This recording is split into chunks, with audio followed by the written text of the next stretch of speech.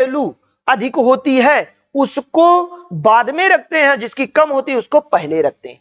इसीलिए n की value इसकी कम थी, इसको पहले रखा गया, और इसकी अधिक थी, इसलिए ये क्या हुआ, एनर्जी लेवल में बड़ा हो जाता है 3s। यही कारण है n+l के रूल का मेरे प्यारे बच्चों। तो इस तरह से आप देखेंगे कि n+, हमें सबसे पहले हमने क्लास 12th के लिए बैच स्टार्ट कर दिया है।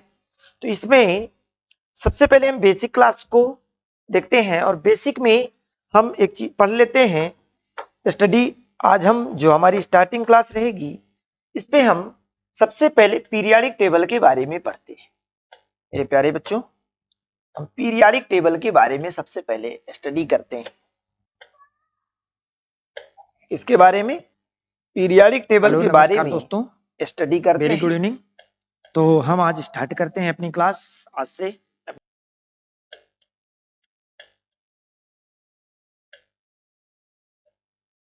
तो मेरे प्यारे बच्चों, हम अपनी पीरियाडिक टेबल की क्लास को कंटिन्यू करते हैं, और पीरियाडिक टेबल की जो हमारी क्लास होगी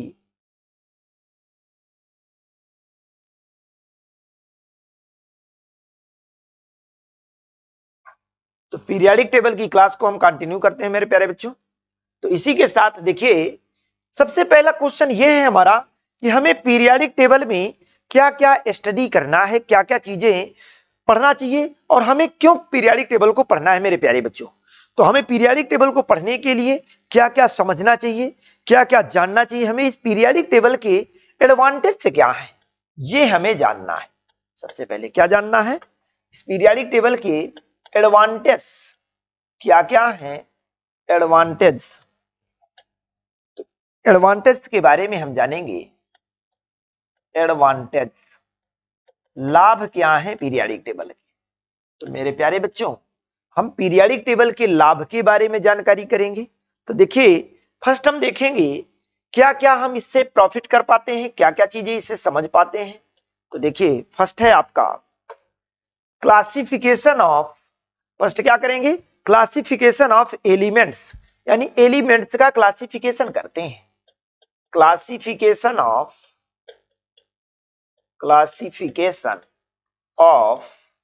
elements, classification of elements. Second हम देखेंगे, तो पहला क्या हुआ, क्लासिफिकेशन ऑफ एलिमेंट्स। दूसरा हम देखते हैं, अब एलिमेंट्स जो क्लासिफिकेशन करना है तो इसमें क्या क्या क्लासिफाइड करना है। तो देखिए, इसमें हम मेटल को क्लासिफाइड करेंगे, नॉन मेटल को भी क्लासिफाइड करेंगे, मेटल नॉन मेटल को भी क्लासिफाइड करेंगे। इसके साथ हम मेटेलॉइड्स या सेमी मेटल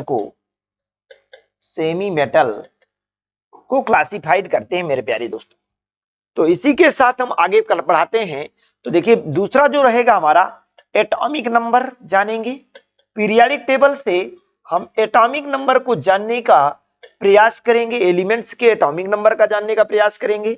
अगला हम करेंगे तो एटॉमिक मास को जानने का प्रयास करेंगे। एटॉमिक मास जो अगला हमारा होगा वो एटॉमिक मास को जानेंगे। इसके बाद मेरे प्यारे बच्चों, हम देखते हैं कि वैलेंसी के बारे में, किसके बारे में, एटॉमिक मास हो गया आपका, फिर वैलेंसी के बारे में हम देखते हैं। तो वैलेंसी के बारे में हो जाएगा। वैलेंसी के बाद देखिए, atomic number, atomic mass, valency, अब अगला हम देखेंगे तो formation of compounds formula, formation of compounds formula करेंगे। फॉर्मेशन ऑफ कंपाउंड्स फार्मूला, यानी कंपाउंड्स फार्मूला, किसी यौगिक का सूत्र बनाना है, फॉर्मेशन उसका बनाना है, यानी किसी यौगिक के सूत्र को हम कैसे बनाएंगे, कैसे हम केमिकल फार्मूला फॉर्मेट बनाएंगे, ये चीजें हम जानेंगे। फिर डिटर्मिनेशन ऑफ केमिकल बॉन्डिंग, जो अगला रहेगा determination of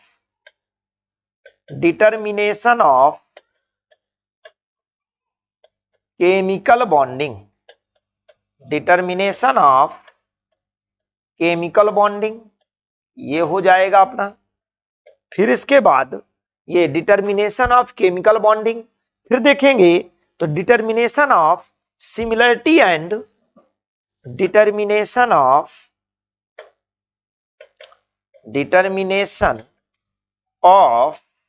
similarity and dissimilarity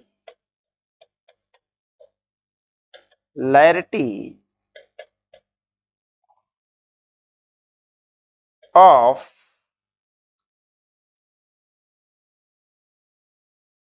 determination of similarity and dissimilarity in the properties of in the, तो यहां पर क्या करेंगे, in the properties of elements. इस तरह से ये हम ऐसे इसका फॉर्मेशन करेंगे, जान करेंगे। तो देखिए मेरे प्यारे दोस्तों, प्यारे बच्चों, सबसे पहले हम क्या करेंगे, इसके यहां पर देखते हैं। तो सबसे पहले क्लासिफिकेशन ऑफ एलिमेंट्स, एलिमेंट्स का क्लासिफाइड करते हैं, मेटल, नॉन मेटल और मेटेलॉइड्स के रूप में करेंगे। सेकंड हम एटॉमिक नंबर के बारे में जानेंगे, एटॉमिक मास के बारे जानते हैं, वैलेंसी, ये सभी पीरियोडिक टेबल की सहायता से ही हमें करने पड़ेंगे। फॉर्मेशन ऑफ कंपाउंड्स फार्मूला, किसी यौगिक का सूत्र बनाना है तो वो हमें इससे सहायता लेनी पड़ेगी पीरियोडिक टेबल की। डिटर्मिनेशन ऑफ केमिकल बॉन्डिंग, यानी केमिकल बॉन्डिंग का निर्धारण कैसे करना है, केमिकल बॉन्डिंग का कैसे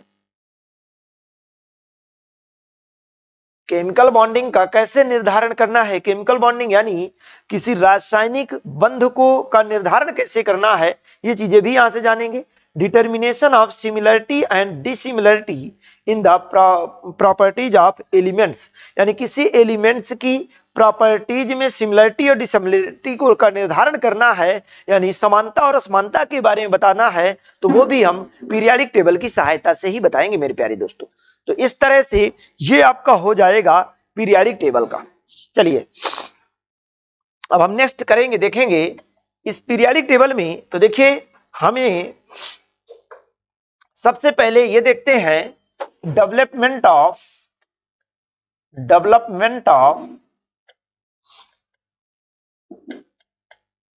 periodic table, development of periodic table, development of periodic table, ये डेवलपमेंट ऑफ पीरियोडिक टेबल में।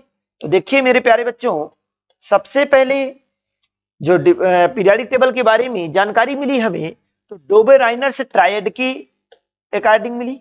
डोबेराइनर्स ट्रायड, डोबेराइनर ने, साइंटिस्ट डोबेराइनर ने एलिमेंट्स को, तत्वों को क्लासिफाइड करने का प्रयास किया, उनको वर्गीकृत करने का, उनको व्यवस्थित करने का प्रयास किया, और डोबेराइनर ने अपना त्रिक सिद्धांत दिया, ट्रायड दिया।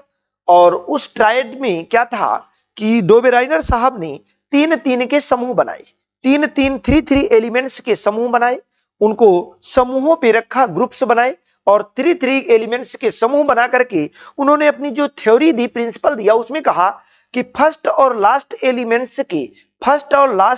जो 3 का समूह है, उनमें से फर्स्ट और लास्ट एलिमेंट्स के एटॉमिक, जैसे मान लो एग्जांपल मैं यहां पर ले लेता हूं, जैसे मान लो लिथियम, सोडियम एंड पोटेशियम, ये 3 है, लिथियम, सोडियम, पोटेशियम। अब लिथियम का एटॉमिक मास क्या होता है, 7 है, सोडियम का एटॉमिक मास 23 है, पोटेशियम का एटॉमिक मास 39 है। उन्होंने, डोबेराइनर साहब ने कहा कि जो फर्स्ट और लास्ट एलिमेंट होगा, इन दोनों एलिमेंट्स के एटॉमिक मास का सम, इन दोनों के एटॉमिक मास का सम 46, जैसे दो फर्स्ट और लास्ट एलिमेंट्स के एटॉमिक मास का सम का हाफ मिड वाले यानी बीच वाले एलिमेंट्स के एटॉमिक मास के इक्वल होगा। तो ये देखिए, ये दोनों क्या है, इक्वल हो गए। इस तरह डोबेराइनर का ट्रायल रहा, जो आगे चल के ये उनकी प्रिंसिपल, जो उनका थ्योरी थी, वो काम नहीं कर पाई, और इस तरह से डोबेराइनर ट्रायल फ्लॉप हो जाता है। अब आगे नेक्स्ट पे चलते हैं, दूसरा नंबर देखते हैं। तो दूसरे नंबर पे आ जाते हैं न्यूलैंड्स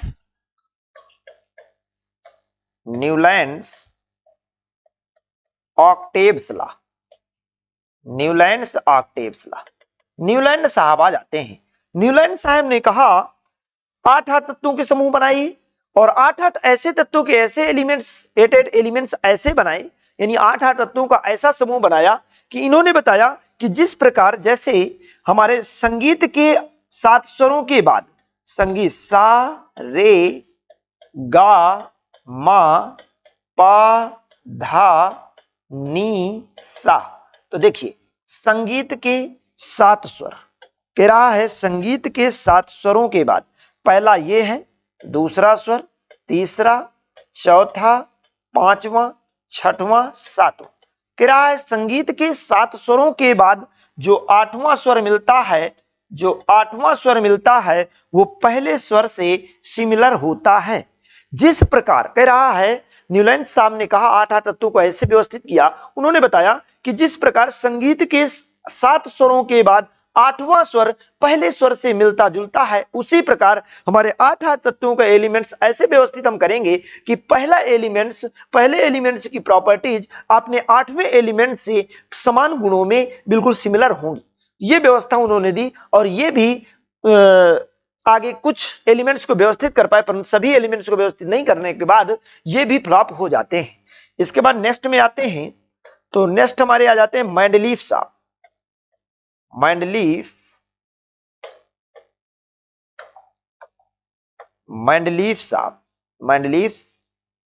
पीरियाडिक टेबल आ जाती है। और मेंडलीफ पीरियाडिक टेबल जब आती है तो मेंडलीफ पीरियाडिक टेबल में बताया जाता है कि मेंडलीफ पीरियाडिक टेबल जो रही उसमें एटॉमिक मास के इंक्रीजिंग आर्डर में व्यवस्थित किया मेंडलीफ साहब ने क्या किया, एटॉमिक मास के इंक्रीजिंग आर्डर यानी परमाणु भार के बढ़ते क्रम में व्यवस्थित किया।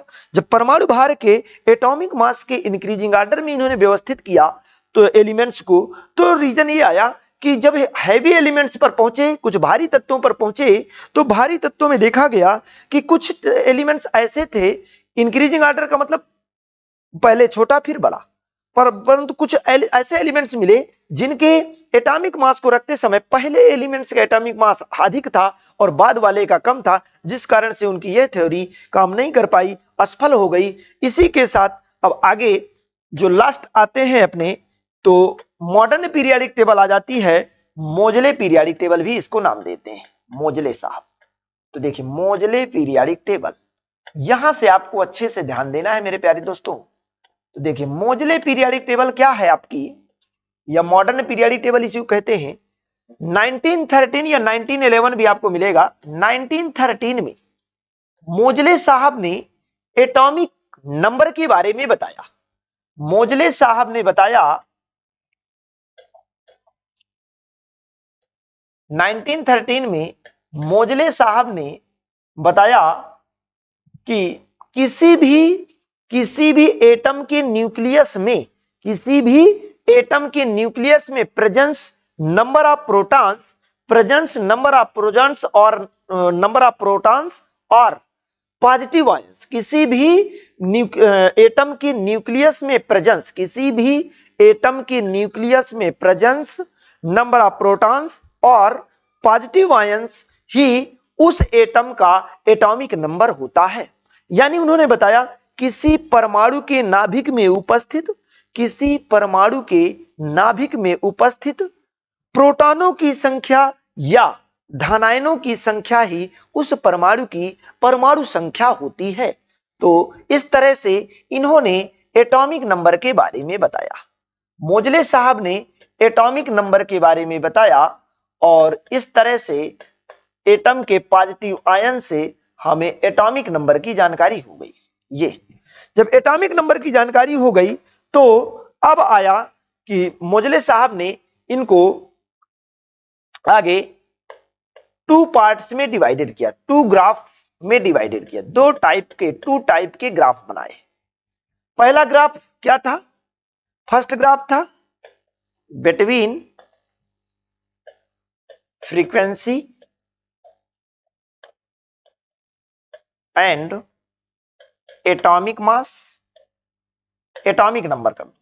चलो फर्स्ट आपका atomic number, frequency and atomic number पर ग्राफ था।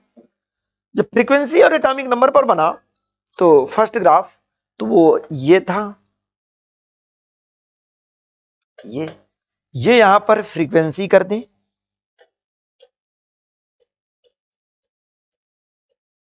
फ्रीक्वेंसी,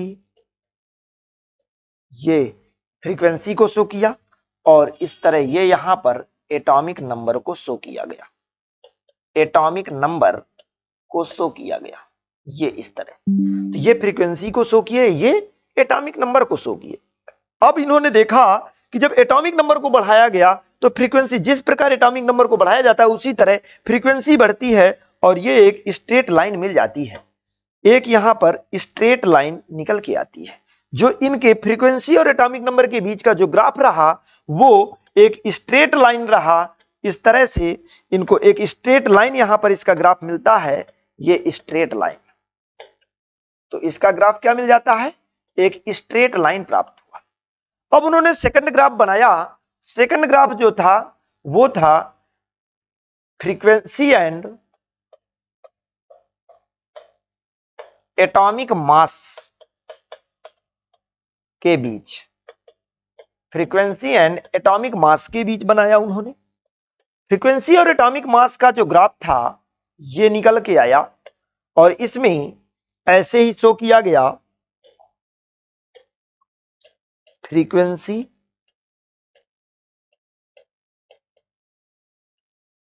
ये फ्रीक्वेंसी को शो किया गया और यहां पर नीचे एटॉमिक मास को शो किया गया, ये इस तरह, ये एटॉमिक मास को शो किया गया। इस तरह से फ्रीक्वेंसी और एटॉमिक मास को शो किया गया मेरे प्यारे बच्चों। तो ये आपका जो अब एटॉमिक मास और फ्रीक्वेंसी, जब इन्होंने क्या किया, जब देखा एटॉमिक मास और फ्रीक्वेंसी का ग्राफ बनाया तो इनका ग्राफ जो था थोड़ा सा ऐसा टेढ़ा मेढ़ा करके ये ग्राफ मिला इनको इस तरह से। ये देखो एक स्ट्रेट लाइन था और यहां पर no straight line, no straight graph. जो इसका ग्राफ मिला स्ट्रेट, नो स्ट्रेट था, यानी स्ट्रेट लाइन नहीं था ग्राफ। इस तरह से डबल ग्राफ मिले इनको और डबल ग्राफ में एटॉमिक मास, इन्होंने देखा कि जो एटॉमिक मास है को बढ़ाने पर फ्रीक्वेंसी रिस्पेक्टिव नहीं होती है, यानी रिस्पेक्ट में फ्रीक्वेंसी का स्ट्रेट लाइन ग्राफ नहीं बनता है और एटॉमिक नंबर पर फ्रीक्वेंसी के अकॉर्डिंग स्ट्रेट लाइन ग्राफ मिल गया इनको। तो इन्होंने देखा कि जो एटॉमिक नंबर फ्रीक्वेंसी एक दूसरे पर डिपेंड है, तो इन्होंने एटॉमिक नंबर के इंक्रीजिंग ऑर्डर में पीरियाडिक टेबल का डेवलपमेंट कर दिया।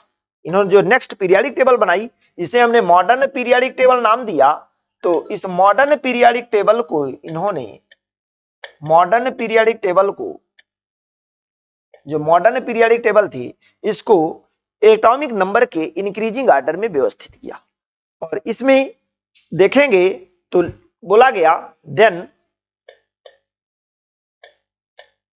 each elements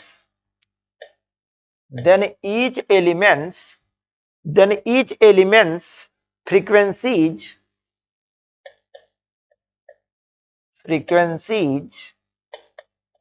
depends, then each elements frequencies depends on atomic number but not depends on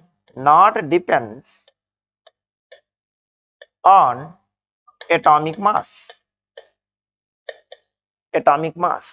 इन्होंने देखा एटॉमिक मास, इन्होंने पाया कि जो प्रत्येक एलिमेंट है, प्रत्येक एलिमेंट की फ्रीक्वेंसी है वो एटॉमिक नंबर पर डिपेंड करती है, ना कि एटॉमिक मास पर। इन्होंने क्या किया कि जब जितने भी सभी एलिमेंट्स को देखा, स्ट्रेट लाइन पाया इन्होंने ग्राफ बना के, तो इन्होंने कहा कि जो प्रत्येक एलिमेंट की फ्रीक्वेंसीज डिपेंड्स करती है उसके एटॉमिक नंबर पर, ना कि उसके एटॉमिक मास पर। इस तरह से इन्होंने मोजले पीरियाडिक टेबल आगे मॉडर्न पीरियाडिक टेबल, मोजले पीरियाडिक टेबल के नाम से आगे डेवलप किया और इस तरह से फर्स्ट जो आ जाती है मोजले पीरियाडिक टेबल, और मोजले पीरियाडिक टेबल की डिफिनीशन देखेंगे तो मोजले पीरियाडिक टेबल की डिफिनीशन निकल के आती है मेरे प्यारे बच्चों। देखेंगे तो physical and chemical, physical and chemical, physical and chemical properties of elements, physical and chemical, physical and chemical properties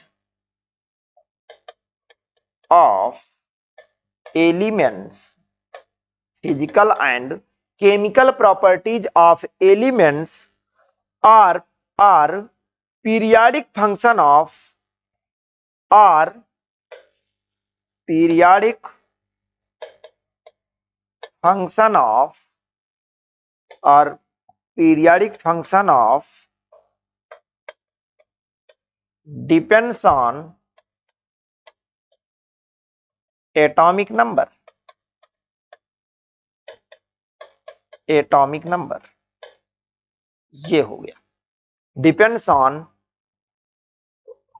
periodic function of, depends on atomic number या देयर एटॉमिक नंबर यहां पर कर सकते हो। इस तरह से ये आपका function of their atomic number, ये तो इस तरह से मोजले पीरियाडिक टेबल जो आई, उन्होंने कहा कि जो किसी भी एलिमेंट्स की जो फिजिकल और केमिकल प्रॉपर्टीज होंगी वो पीरियाडिक फंक्शन के पीरियाडिक यानी किसी भी एलिमेंट्स के फिजिकल और केमिकल प्रॉपर्टीज उसके एटॉमिक नंबर के, उसके एटॉमिक नंबर के पीरियाडिक फंक्शन होगी, यानी आवर्ती फलन होगी। यानी किसी भी तत्व के भौतिक और रासायनिक गुण, किसी भी तत्व के भौतिक और रासायनिक गुण उसके परमाणु क्रमांक के आवर्ती फलन होते हैं। ये उन्होंने बताया किसी भी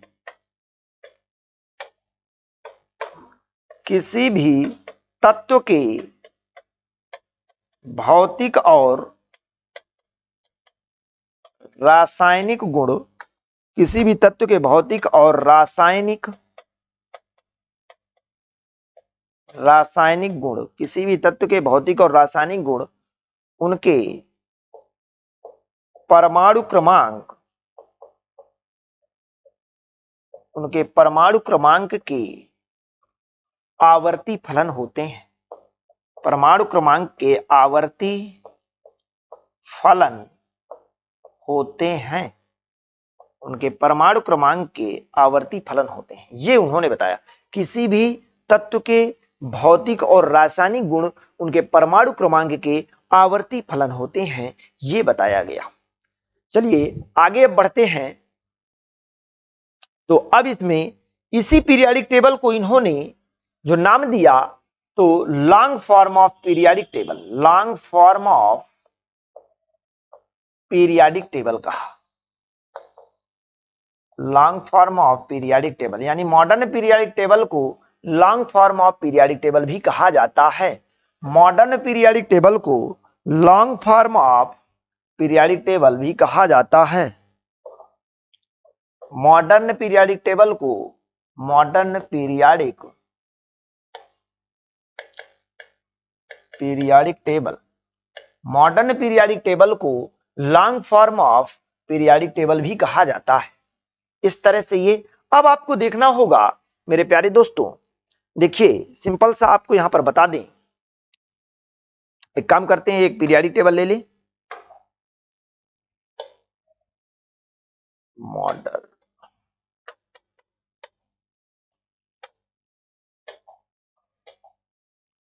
हाँ देखिए कोई एक पीरियाडिक टेबल ले लेते हैं।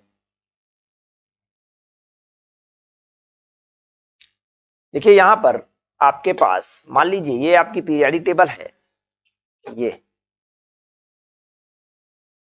चलिए इसमें आप देखेंगे जो एलिमेंट्स होंगे इसमें, हाँ आपको मैं इस पे दो चीजें पहले सबसे पहले बताऊंगा कि इस पे पीरियड एंड ग्रुप, पीरियड और ग्रुप बताने का प्रयास करेंगे मेरे प्यारे दोस्तों। तो देखिए जो पीरियड होंगे, ये पीरियड आपके हॉरिजॉन्टल रोज होंगे, हॉरिजॉन्टल रोज होंगे, हॉरिजॉन्टल रोज होंगे, ये पीरियड आपके हॉरिजॉन्टल रोज, और ग्रुप आपके वर्टिकल कॉलम्स होंगे, वर्टिकल कॉलम, ये आपके वर्टिकल कॉलम। तो जो पीरियड होंगे ये हॉरिजॉन्टल रोज होंगे और ग्रुप आपके वर्टिकल कॉलम होंगे। वर्टिकल यानी ये क्षैतिज लाइन, क्षैतिज रेखाएं जो होंगी, यहां पर क्षैतिज रेखाएं जो होंगी, क्षैतिज रेखाएं, ये आपके पीरियड होंगे, आवर्त होंगे, पीरियड यानी आवर्त होंगे मेरे प्यारे बच्चों। और इसी के साथ जो आपकी ग्रुप यानी वर्ग या समूह होंगे, ये आपके वर्टिकल कॉलम, वर्टिकल यानी ऊर्ध्वाधर स्तंभ होंगे, ऊर्ध्वाधर स्तंभ होंगे, ये आपके ऊर्ध्वाधर स्तंभ होंगे। अब आपको देखना है इस पे पीरियाडिक टेबल पे, तो देखिए ये जो आपकी खड़ी लाइनें हैं मेरे प्यारे बच्चों, ये आपकी खड़ी लाइनें, ये इस तरह से, ये देखिए यहां पर ये भी है, ये भी, ये जितनी भी खड़ी लाइनें हैं ये सभी आपके ग्रुप को शो करेंगे। किसको शो करेंगे? ग्रुप को शो करेंगे, यानी वर्ग या समूह को शो करेंगे। जितनी इसकी पड़ी लाइनें होंगी प्यारे बच्चों, इस तरह से, जैसे ये आपकी लाइनें हैं, ये इस तरह जो लाइनें हैं, ये आपकी टोटल इस तरह से लेकर के 7 है, देखिएगा। तो ये आपकी टोटल 7 हो जाएंगी। देखो 1 2 3 4 5 6 7, ये 7 लाइन होंगी। तो जो 7 लाइन हो जाएंगी ये आपके पीरियड होंगे। तो पड़ी लाइनें आपकी पीरियड यानी आवर्त होंगे, खड़ी लाइनें आपके ग्रुप हो जाएंगे। इस तरह से देखा जाए तो टोटल पीरियड 7 पीरियड होते हैं, टोटल 7 पीरियड यानी 7 पड़ी लाइनें हैं जो पड़ी हुई हैं, क्षैतिज रेखाएं हैं, और 18 ग्रुप होते हैं, 18 ग्रुप जो ऊर्ध्वाधर लाइनें हैं। टोटल ये 18 ग्रुप है। तो इस तरह से आपके ग्रुप ऊर्ध्वाधर लाइनें, ये 7 पीरियड और 3 ग्रुप हो जाएंगे। चलिए मेरे प्यारे बच्चों अब नेक्स्ट पे चलते हैं, देखते हैं नेक्स्ट उसमें। तो देखिए अब यहां पर देखेंगे पीरियड के बारे में। पीरियड पे जब हम जाते हैं तो पीरियड में देखते हैं कि किस पीरियड में कितने एलिमेंट हैं मेरे प्यारे बच्चों। तो किस पीरियड में कितने एलिमेंट हैं, तो मान लेते हैं फर्स्ट पीरियड में, फर्स्ट पीरियड की यदि बात करें तो फर्स्ट पीरियड में आपके हीलियम, हाइड्रोजन और हीलियम 2 एलिमेंट्स हैं, ये आपको नोट डाउन कर लेना है। फर्स्ट पीरियड में आपके 2 एलिमेंट्स। सेकंड पीरियड में जब आप पीरियाडिक टेबल में देखेंगे तो आपको मिल जाएगा, सेकंड पीरियड में आप यहां से एक बार पीरियाडिक टेबल को दोबारा ले सकते हैं और यहां पर देख भी सकते हैं, ये आपके सामने है, ये पीरियाडिक टेबल है, ये पीरियाडिक टेबल हुई, ये इस तरह से। तो आप देखिए यहां पे आपको ये समझना है कि कितने, तो देखिए फर्स्ट रो ये है हाइड्रोजन और हीलियम, फर्स्ट पीरियड हो गया। सेकंड ये है आपका second period, third period, fourth, fifth, 6 और ये 7 पीरियड, 7 पीरियड हैं आपके। ये है, ये लाइन हो गई, ये लाइन हो गई, ये लाइन हो गई और ये लाइन हो गई, ये 7 पीरियड है। अब प्रत्येक पीरियड में आपको काउंट करके बताना है। देखिए फर्स्ट पीरियड में 2 एलिमेंट्स हैं, सेकंड में 8 एलिमेंट्स हैं, सेकंड में 8 एलिमेंट्स होंगे, थर्ड में आपके देखेंगे तो थर्ड में 8 एलिमेंट्स होंगे, फोर्थ में आपके 18 एलिमेंट्स होंगे और फिफ्थ में 18 एलिमेंट होंगे, सिक्स्थ में आपके 32 एलिमेंट होंगे। आप काउंट करेंगे तो आपको मिल जाएगा। 7th आपका इनकम्प्लीट है आज भी। तो ध्यान रखिएगा मेरे प्यारे बच्चों, यदि आपसे क्वेश्चन पूछता है कि 7th पीरियड में कितने एलिमेंट हैं, तो 7th में आपको बता देना इनकम्प्लीट है। फर्स्ट पीरियड में 2 एलिमेंट, सेकंड में 8 एलिमेंट, थर्ड में 8 एलिमेंट, फोर्थ में 18, फिफ्थ में 18, सिक्स्थ। इस तरह से आपको याद करने के लिए एक ट्रिक आपको देख लेना है, जो इलेक्ट्रॉनों के फिल करने का क्रम भी होता है उसको देखना है। तो उसमें आपको आ जाएगा 2 8 8 18 18 32 2 8 8 18 18 32 ये हो जाएगा। तो देखिए आपको ये आपका फर्स्ट पीरियड में कितने हैं, second period, third period, fourth period, fifth period और ये आपका सिक्स्थ पीरियड। 7 आपका नहीं है। 7 क्यों नहीं है, क्योंकि इनकम्प्लीट है, अभी भी संख्या नहीं है, इसलिए इनकम्प्लीट ही आपको बताना है। तो फर्स्ट में देखो 2 एलिमेंट, सेकंड में 8 एलिमेंट, थर्ड में 8 एलिमेंट, फोर्थ में 18। तो इस तरह 2 8 8 18 18 32 आपको याद कर लेना है। ये आपको बहुत ही सुविधा देगा, क्योंकि ये आगे आपका बहुत ज्यादा काम आने वाला है। 2 8 8 18 18 32। इससे मैं आपको एटॉमिक नंबर भी सिखाऊंगा कि कैसे याद करना है। तो ये चीजें सबसे पहले तो आपको किस पीरियड में कितने एलिमेंट हैं ये जानना बहुत जरूरी है मेरे प्यारे बच्चों, इसको जानना है। इसके बाद अब आ जाते हैं कि ब्लॉक के बारे में बात करेंगे। किसके बारे में, अब हम देखते हैं ब्लॉक के बारे में। तो जब हम ब्लॉक के बारे में देखते हैं तो किस ब्लॉक में कितने एलिमेंट हैं मेरे प्यारे बच्चों, ध्यान रखिएगा। अब एक चीज और आपके साथ माइंड में आ रहा होगा, ये जो नीचे एलिमेंट दिए गए हैं ये क्या है, ये आपके लैंथेनाइड सीरीज और ये एक्टिनाइड सीरीज, ये एफ ब्लॉक के एलिमेंट होते हैं। क्या हुआ कि एक 6वें सीरीज से एक को 7वें सीरीज से, यानी एक लाइन यहां से उठाई गई, ये देखो ये पीली पीली लाइन ये है और ये इस तरह की लाइन लाल लाल ये है, यानी एक लाइन यहां पर थी इस लाइन पे, तो ये नीचे वाली ऊपर वाली लाइन यहां पर थी, यानी 6वें और 7वें ग्रुप से इनको उठाया गया, पीरियड से उठाया गया, सॉरी इनको 6वें और 7वें पीरियड से उठाया गया है, इसलिए इनको अलग से पीरियड में, देखिए ये यहां पर है, इनको 6वें और 7वें पीरियड में ही रख दिया गया। जैसे आप काउंट करोगे, मैंने कहा 6वें पीरियड में 32 एलिमेंट होते हैं, तो देखो 1 2 3 4 5 6 7 8 8 9 10 11 12 13 14 15 16 17 18, ये 18 हो गए। अब 18 है, अब 32 तो नहीं हुए, तो आपको इसको भी काउंट करना है। 14 ये, तो 18 ये और 14 ये, तो इस तरह से 32 आपके हो जाएंगे। ये इस तरह आपको याद रखना है मेरे प्यारे दोस्तों, ये आपकी नंबरिंग हो जाएगी। ब्लॉक में आएंगे S P D F, 4 block होते हैं मेरे प्यारे बच्चों। क्या होते हैं, 4 प्रकार के ब्लॉक होते हैं। जो 4 प्रकार के ब्लॉक होते हैं इन्हें हम एक नाम देते हैं सब सेल भी कहते हैं, ध्यान रखिएगा। एस ब्लॉक या एस सब सेल, पी सब सेल, डी सब सेल, एफ सब सेल।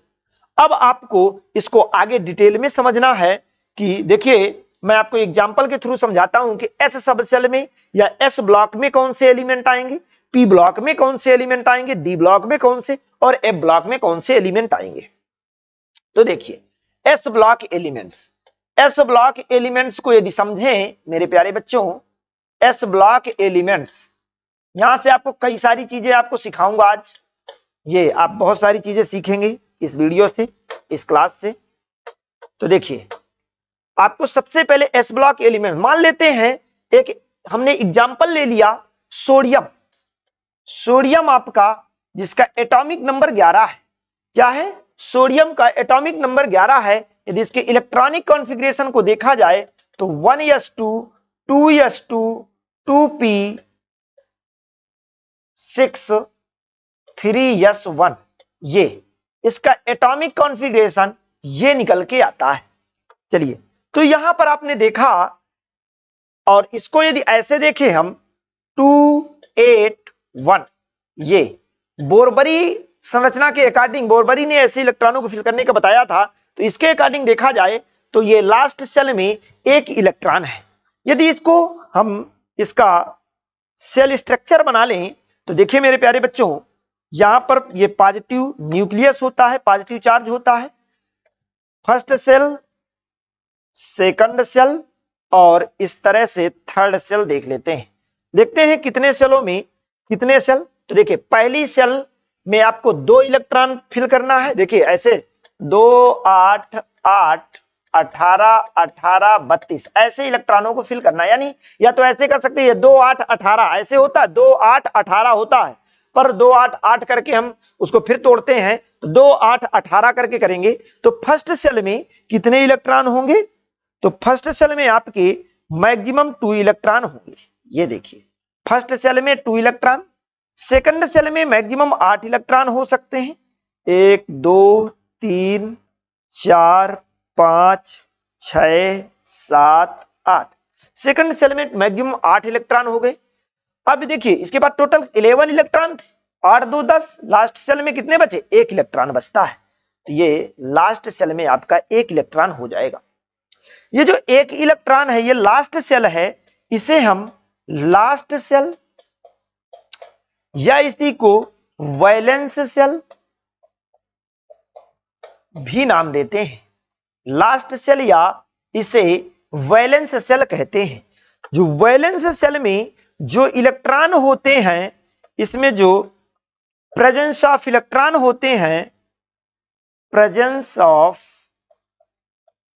इलेक्ट्रॉन यानी वैलेंस सेल में, वैलेंस सेल को हम हिंदी में देखें तो इसको संयोजी कोष या संयोजी कक्षा भी कहते हैं। वैलेंस ऑर्बिट या वैलेंस सेल या संयोजी कोष या संयोजी कक्षा भी कहते हैं।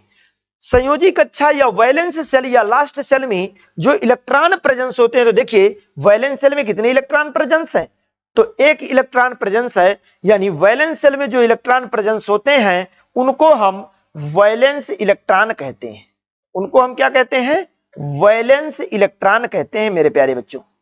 क्या नाम देते हैं? इन्हें हम वैलेंस इलेक्ट्रॉन नाम देते हैं। इस तरह से वैलेंस सेल में जो इलेक्ट्रॉन प्रेजेंस होते हैं उन्हें हम वैलेंस इलेक्ट्रॉन कहते हैं। तो इस एटम के लिए, सोडियम के लिए वैलेंस इलेक्ट्रॉन यदि देखें तो 1 है। ये वैलेंस इलेक्ट्रॉनों की संख्या कितनी है? 1 ही है। यहां पर 1 वैलेंस इलेक्ट्रॉन हो जाएगा। इसी तरह अब क्वेश्चन ये आता है कि यदि इस सेल को हम वैलेंस सेल कहते हैं तो इन सेलों को क्या कहते हैं? तो ध्यान रखिएगा, वैलेंस सेल के अंदर न्यूक्लियस के पास जो अदर सेल होती है, वैलेंस सेल के अंदर जितनी भी सेल होती हैं उन सभी को यदि नाम दें हम, तो इन सेल को हम नाम देते हैं कोर सेल। इनको क्या नाम देते हैं हम? कोर सेल कहते हैं। ये आपकी कोर ऑर्बिट या कोर सेल हो जाएगा। और कोर सेल में जो इलेक्ट्रॉन प्रेजेंस होते हैं, तो इलेक्ट्रॉन कोर सेल में जो इलेक्ट्रॉन प्रेजेंस होते हैं इन्हें हम कोर इलेक्ट्रॉन कहते हैं। क्या नाम देते हैं? कोर इलेक्ट्रॉन नाम देते हैं मेरे प्यारे बच्चों इनको हम। और यहां पर देखा जाए इस सोडियम एटम के लिए तो कोर इलेक्ट्रॉन कितने होंगे? तो देखिए ये भी आपकी कोर सेल है, ये भी कोर सेल है, यानी पहली कोर सेल में 2 है, दूसरे में 8 है। इस प्रकार कोर सेल में टोटल प्रेजेंस ऑफ इलेक्ट्रॉन 10 हो जाएंगे मेरे प्यारे बच्चों। यानी कोर सेल में कितने प्रेजेंस इलेक्ट्रॉन होंगे? 10 हो जाएंगे। न्यूक्लियस, ध्यान रखिएगा, जो आउटर मोस्ट सेल होती है इसकी एनर्जी हाईएस्ट एनर्जी होती है। आउटर मोस्ट सेल में क्या होती है? हाईएस्ट एनर्जी होती है मेरे प्यारे बच्चों। हाईएस्ट एनर्जी क्यों होती है? ध्यान रखिएगा, देखिए ये बाहरी होता है, सबसे पहले इसकी एनर्जी अधिक होती है, इसीलिए न्यूक्लियस से दूर होता है, न्यूक्लियस से दूर चला जाता है। इसके अंदर क्षमता होती है, इसके अंदर पावर होती है बाहर जाने की। क्यों? क्योंकि इसके अंदर एनर्जी अधिक होती है। बट जो कोर सेल होती हैं उनकी एनर्जी लो होती है। इन सेलों की जो एनर्जीज होती है वो लोवेस्ट होती है, लोवेस्ट एनर्जी होती है, लोवेस्ट एनर्जी। यानी कोर सेल में जो कोर सेल होती है उनकी एनर्जी लोवेस्ट होती है। इस तरह से ये आपने देखा कोर इलेक्ट्रॉन, कोर सेल और वैलेंस इलेक्ट्रॉन, वैलेंस सेल के बारे में आपने जान लिया। आपको बहुत अच्छे से इनको ध्यान रखना है मेरे प्यारे बच्चों। बाह्यतम कोश में उपस्थित बाह्यतम कोश या लास्ट सेल या आउटर मोस्ट सेल में उपस्थित या किसी परमाणु के बाह्यतम कोश में उपस्थित इलेक्ट्रॉनों की संख्या ही उसके संयोजी इलेक्ट्रॉनों की संख्या होती है, या वैलेंस इलेक्ट्रॉनों की संख्या होती है, या नंबर ऑफ वैलेंस इलेक्ट्रॉन होते हैं मेरे प्यारे बच्चों। इस तरह से ये आपका यहां पर कंप्लीट हुआ। मैं जो बताने जा रहा था आपको, तो देखिए यहां पर कैसे हम जानेंगे कि कौन सा एलिमेंट एस ब्लॉक का है। तो जैसे आपने सोडियम के बारे में देखा, सोडियम 11 का आपने इलेक्ट्रॉनिक कॉन्फ़िगरेशन बनाया। तो electronic configuration 1s2, 2s2, 2p6, 3s1 ये आ गया, बन गया। तो इस तरह से इसका देखो लास्ट सेल, लास्ट इलेक्ट्रॉन, जो लास्ट इलेक्ट्रॉन क्या था इसका 2 8 1 ऐसे, यानी लास्ट इलेक्ट्रॉन किस सब सेल में जाता है? एस सबसेल में जाता है। यानी किसी एटम का लास्ट इलेक्ट्रॉन, किसी एटम का लास्ट इलेक्ट्रॉन जिस सबसेल में जाता है, इंटर करता है, उस एटम को हम या उस एलिमेंट को उस सबसेल या उस ब्लॉक में रखते हैं। तो यहां पर ये एस सबसेल में जाता है, इसलिए यहां पर हम जान गए कि सोडियम हमारा एस ब्लॉक का एलिमेंट होगा मेरे प्यारे बच्चों। तो ये किस ब्लॉक का एलिमेंट हो जाएगा? एस ब्लॉक का एलिमेंट। एक हम ले लेते हैं पी ब्लॉक का कोई एलिमेंट ले ले, पी ब्लॉक से जानकारी कर ले। तो देखिए पी ब्लॉक का एलिमेंट मान लीजिए हमने ले लिया क्लोरीन। क्लोरीन का एटॉमिक नंबर होता है 17। क्लोरीन को लिया और क्लोरीन पर जब गए हम तो क्लोरीन पर बात किए तो देखिए 1s2 क्लोरीन को हम देखेंगे 2 8 7, ये 2 8 2 10 7 17, तीसरे में 18 होते हैं लगभग, तो 18 तो 7 ही बचे हैं, 17 हो गया। 1s2 2s2 2p6 3s2 3p 4 6 4 10 दोबारा 3p6 4 6 4 10 दोबारा 5 17, यहां पर कितना हो जाएगा? ये 5 होगा। हाँ, ये इस तरह से यहां पर कितना हो जाएगा? 5। तो देखिए मेरे बच्चों, यहां पर P में मैक्सिमम 6 इलेक्ट्रॉन, ध्यान रखिएगा। S में मैक्सिमम 2 इलेक्ट्रॉन, P में मैक्सिमम आपके P सबसेल में मैक्सिमम 6 इलेक्ट्रॉन, D सबसेल में मैक्सिमम 10 इलेक्ट्रॉन और F सबसेल में मैक्सिमम 14 इलेक्ट्रॉन होते हैं। इस तरह से 1s2 2s2 2p6 3s2 3p5, क्योंकि 3p6 होना चाहिए यहां पर, 4 6 4 10 दोबारा 6 5 17, टोटल 17 इलेक्ट्रॉन है, 17 आ गया। अब देखो लास्ट इलेक्ट्रॉन जो लास्ट है, लास्ट इलेक्ट्रॉन किस सबसेल में जा रहा है? 5वें में जा रहा है। इस तरह से हम देखेंगे, पांचवें पी ब्लॉक में जा रहा है, पी सबसेल में जा रहा है। इस तरह से ये एलिमेंट आपका पी ब्लॉक का एलिमेंट हो जाएगा। इस तरह से आप जानकारी करेंगे यहां से कि कौन सा एलिमेंट किस ब्लॉक का होगा और कैसे क्या होगा। ये आप लास्ट सेल को देखेंगे, लास्ट इलेक्ट्रॉन हमारा किस सेल में जाता है, वह एटम उसी ब्लॉक में प्रेजेंस होगा। अब यदि आपको इलेक्ट्रॉनिक कॉन्फ़िगरेशन ये कहां से आया, तो आपको इसके बारे में जानना है। तो मैं आपको बता दूं कि ये आपबाउ रूल होता है, यानी आपबाउ एक स्ट्रक्चर है, इनको बनाने की क्रमिक रचना होती है। क्या होता है, हम एनर्जी लेवल के जो इलेक्ट्रॉन होते हैं उनके एनर्जी लेवल के इंक्रीजिंग ऑर्डर में व्यवस्थित करते हैं। अब देखिए यहां पर ऑफबाउ रूल को देख ले। ऑफबाउ रूल क्या है? ऑफबाउ रूल या स्ट्रक्चर, यह एक क्रमिक रचना है। तो ऑफबाउ रूल के बारे में जानेंगे तो देखिए मेरे प्यारे बच्चों, सबसे पहले आप बनाइए ऑफबाउ को सिंपल ढंग से, बहुत अच्छे तरीके से। एस बनाने का तरीका इसको समझिए, एस पी डी, फिर एस पी डी एफ, फिर S P D F, S P D, S P और एस, ये हो जाएगा आपका। तो यहां पर ये एस, ठीक, इसको आपने क्या किया, ये आपने व्यवस्थित किया। देखिए आपके पास 4 प्रकार के सबसेल हैं, एस पी डी एफ, ये 4 टाइप के जो सबसेल हैं इनको आपने व्यवस्थित किया एसपीडीएफ को। तो सबसे पहले आपको केवल एक यस लेना है, फिर यस के बाद एक पी भी ले लेना है, फिर डी तक चले जाना है, फिर चारों को ले लेना है, चारों को 2 बार लेना है, फिर कम करते चले जाना है और लास्ट में आ जाना है। फिर इसके बाद आपको इंक्रीजिंग लेवल, तो ये क्या होता है, एनर्जी लेवल 1 से 8 तक एनर्जी लेवल होता है। तो 1 2 8 एनर्जी लेवल होते हैं, 2 3 4 5 6 7 8, ये 8 एनर्जी लेवल हमने बना दिए, 8 एनर्जी लेवल। अब आप देखिए क्या इसके सामने कोई है? नहीं है, इसके सामने इधर है, यानी 2 वाली लाइन पे एक पी भी है तो इस पे भी 2 लगा देंगे, 3 वाली लाइन पे ये भी है तो 3 ये लग गया, 4 वाली लाइन पे ये भी है, ये आपका लग गया, 5 वाली लाइन पे ये भी है, ये है मेरे प्यारे बच्चों। 6 वाली लाइन पे आपकी ये भी है, 7 वाली लाइन पे ये भी है।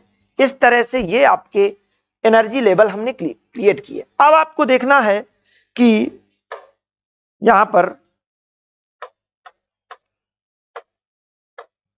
एक चीज कि एस सबसेल में मैक्सिमम कितने इलेक्ट्रॉन होते हैं। तो एस में आपको पता है 2 होते हैं मैक्सिमम।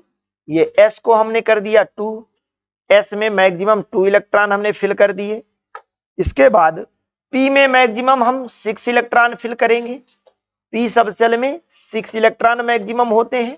डी में हमारे 10 होते हैं, डी में मैक्सिमम 10 इलेक्ट्रॉन, एफ में 14 इलेक्ट्रॉन होते हैं मेरे प्यारे बच्चों। ये आपका हो गया।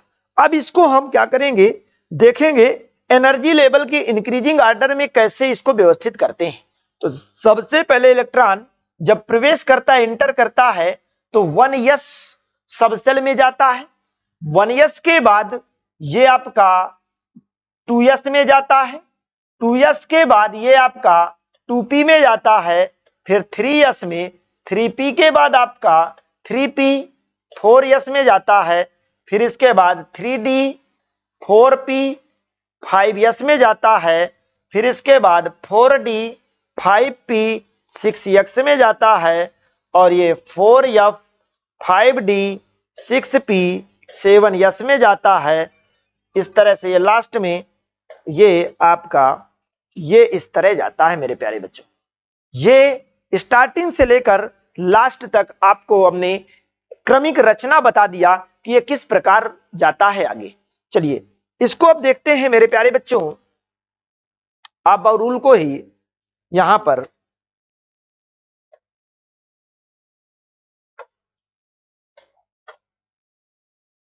हाँ,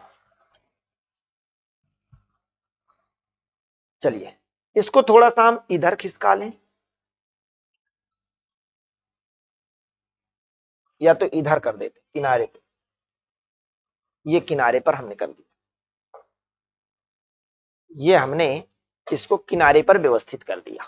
ये प्यारे बच्चों, इसको आप इंक्रीजिंग ऑर्डर में जब व्यवस्थित करेंगे,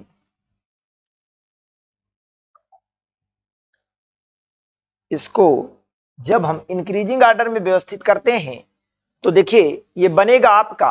सबसे पहले जो इलेक्ट्रॉन हमारा प्रवेश करेगा वो 1s में जाएगा, 1s के बाद आपका 2s में जाएगा। देखिए एरो को देखते जाइएगा, जिस प्रकार एरो है उसी प्रकार।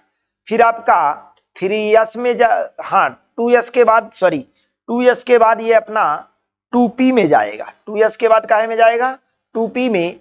2p के बाद ये आपका 3s में जाएगा, फिर 3s के बाद आपका 3p में जाएगा, 3p के बाद आपका 4s में जाएगा। 4s के बाद देखिए आपका जा रहा है 3d में, 3d में जाएगा।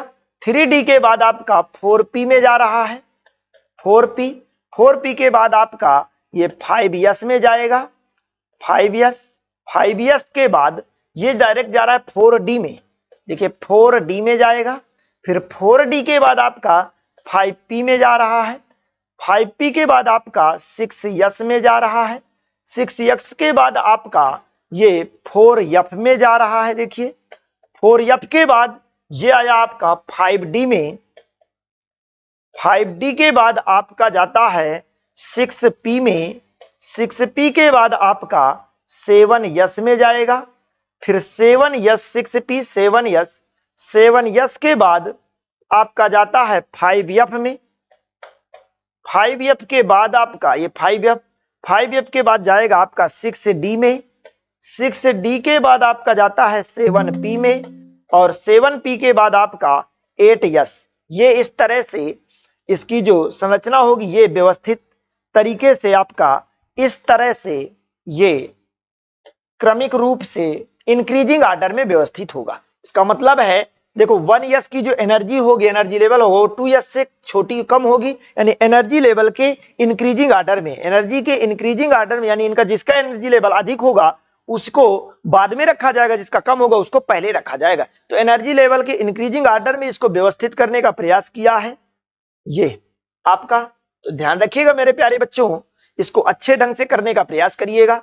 अब आप देखिए अब आपके माइंड में आ रहा होगा कि क्या एनर्जी लेवल हम कैसे जानेंगे।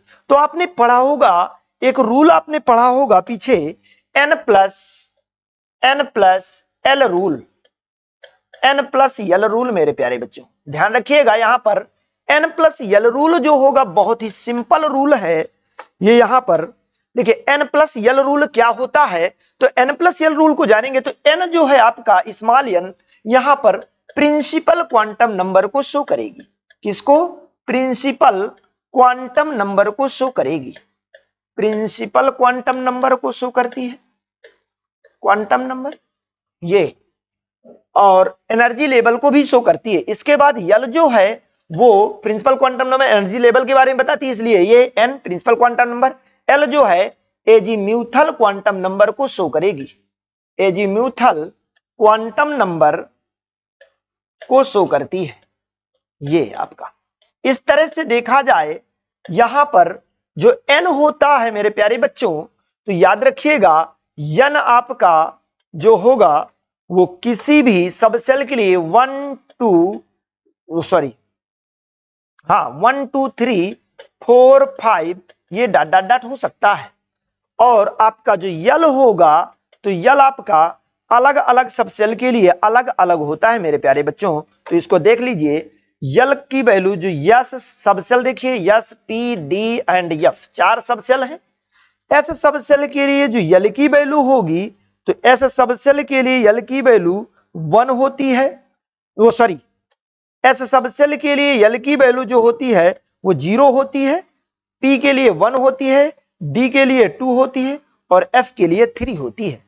ये यल की वैल्यू हो जाएंगी, एसपीडीएफ की वैल्यू हो जाएंगी। अब यहां पर आप n प्लस यल की जांच कर लें कि कौन सा क्या सही हमने रखा है या नहीं। किसी को एक को ले लें, मान लीजिए हमने ले लिया 2s 2 और 3p6 ये ले लिया। मान लीजिए 2s 2 और 3p6 आपने अभी देखा है, ये यहां पर 2s और 3p या 2s या 2p, इन पे दोनों में ये 3s 3p ले या इनको 4s 3d किसी को ले लीजिए। मान लीजिए मैंने ये 2p और 3s ले लिया, 2p 3s ऐसे ले लीजिए, 2p और 3s, ये 2p और 3s आप ले लिए। देखिए हमने क्या किया इसको मेरे प्यारे बच्चों, हमने क्या किया इसको 2p और 3s हमने ले लिया। ये आपका क्या हुआ 2p और 3s हो गया। आपने जो ये यहां पर नंबर है ये यन को शो करेगा और यहां पर p और s सबसेल हैं। मैंने आपको बताया है कि इनके लिए यल की वैल्यू क्या होगी। तो देखिए यहां पर n प्लस यल 2p के लिए यदि देखें n प्लस यल की वैल्यू, तो 2p के लिए n प्लस यल की वैल्यू जो होगी तो n की वैल्यू 2 हो जाएगी और p के लिए p सबसेल की यल की वैल्यू 1 होती है। इस तरह से n प्लस यल की वैल्यू जो होगी वो 3 हो जाएगी। 3s के लिए यदि n प्लस यल की वैल्यू देखें तो n की वैल्यू 3 हो गई और s के लिए 0 होती है। इस तरह से ये 3 हो गई। अब देखिए मैंने आपको कहा कि एनर्जी के इंक्रीजिंग आर्डर में व्यवस्थित करते हैं, यानी n प्लस यल का मान जिसका अधिक होता है उसकी अधिक एनर्जी, जिसकी कम होता है उसको बाद में रखते हैं, n प्लस यल के वैल्यू के अकॉर्डिंग रखते हैं। अब n प्लस यल जिसका कम ज्यादा मैं अभी बता रहा था। अब यहां पर देखिए क्या हो गया, ये आपकी दोनों सेम हो गई। ये दोनों वैल्यू जब सेम हो जाती है मेरे प्यारे बच्चों तो आपको यहां पर रूल ध्यान रखना। पहला पॉइंट तो ये है कि यदि n प्लस यल का मान जिसका अधिक होगा उसको आगे रखा जाएगा, जिसका कम होगा उसको पहले रखा जाएगा, यानी पहले कम वाले को बाद में अधिक वाले को, ऐसे इंक्रीजिंग आर्डर में व्यवस्थित करेंगे। पर जब यल प्लस यल की वैल्यू सेम आ जाती है तो कंडीशन क्या है, जिसका दो में से जिसका n की वैल्यू अधिक होती है उसको बाद में रखते हैं, जिसकी कम होती है उसको पहले रखते हैं। इसीलिए n की वैल्यू इसकी कम थी, इसको पहले रखा गया और इसकी अधिक थी, इसलिए ये क्या हुआ एनर्जी लेवल में बड़ा हो जाता है 3s। यही कारण है n प्लस यल के रूल का मेरे प्यारे बच्चों। तो इस तरह से आप देखेंगे कि n प्लस यल रूल भी आपको क्लियर ढंग से समझ में आ गया। चलिए नेक्स्ट पे चलते हैं मेरे प्यारे बच्चों। अब आपको तो ये चीजें आपको क्लियर करा दी गई सभी